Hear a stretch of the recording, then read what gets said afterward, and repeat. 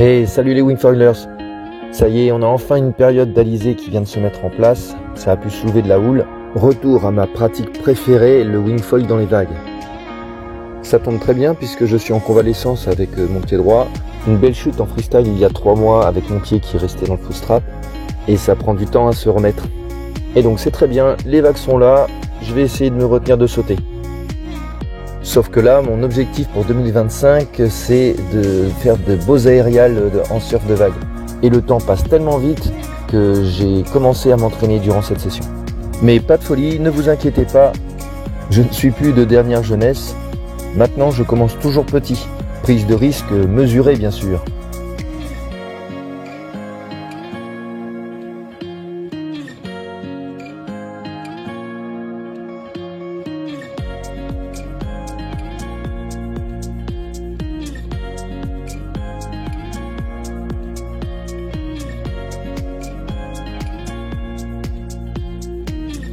Bon, ok, juste un petit saut pour chauffer les chevilles et les genoux.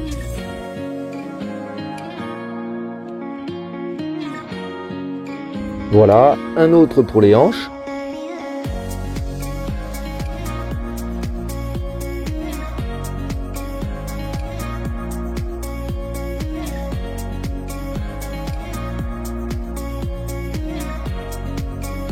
Et un dernier pour les épaules.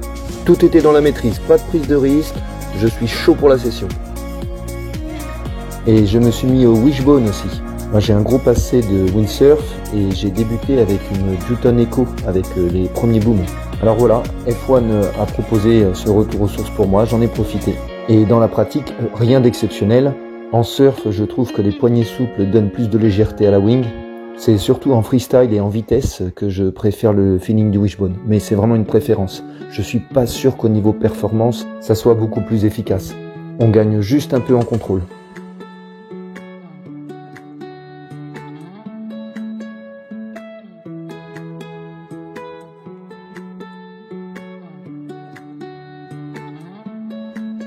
Bon alors, je le tente ce petit aérial ou pas? Ah, le voilà. Pas très haut, pas très long pour le moment, mais d'abord je me concentre pour savoir le poser. Je pense que la planche aide beaucoup aussi. Là j'ai une planche de freestyle avec le strap avant qui est à 30 cm du nose, ce qui fait que je dois m'appliquer à atterrir plutôt sur l'arrière de la planche.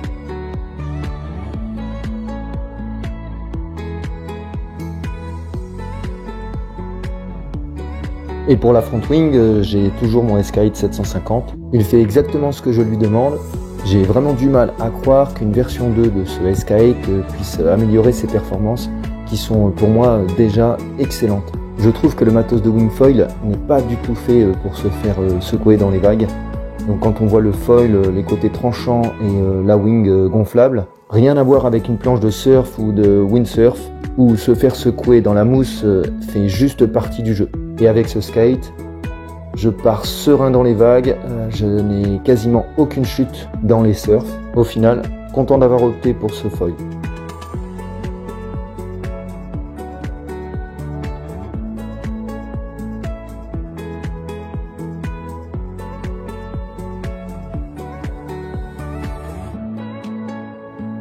Et ce comportement mi-shortboard, mi-skateboard, j'adore.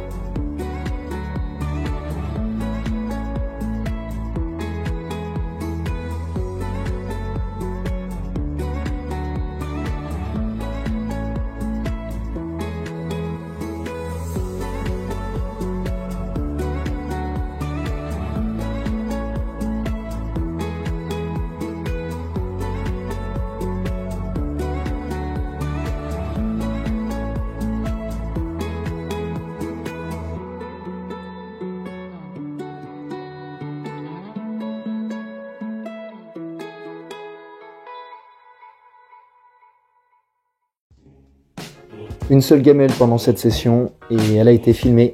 J'avoue que j'ai eu peur pour mes chevilles. Mais tout s'est bien passé parce que j'ai réussi à faire sortir les foils de l'eau.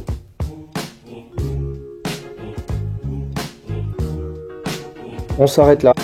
Et si vous avez des questions, n'hésitez pas à les laisser en commentaire. Partagez, likez la vidéo, ça fait toujours plaisir. Et bonne session les foilers!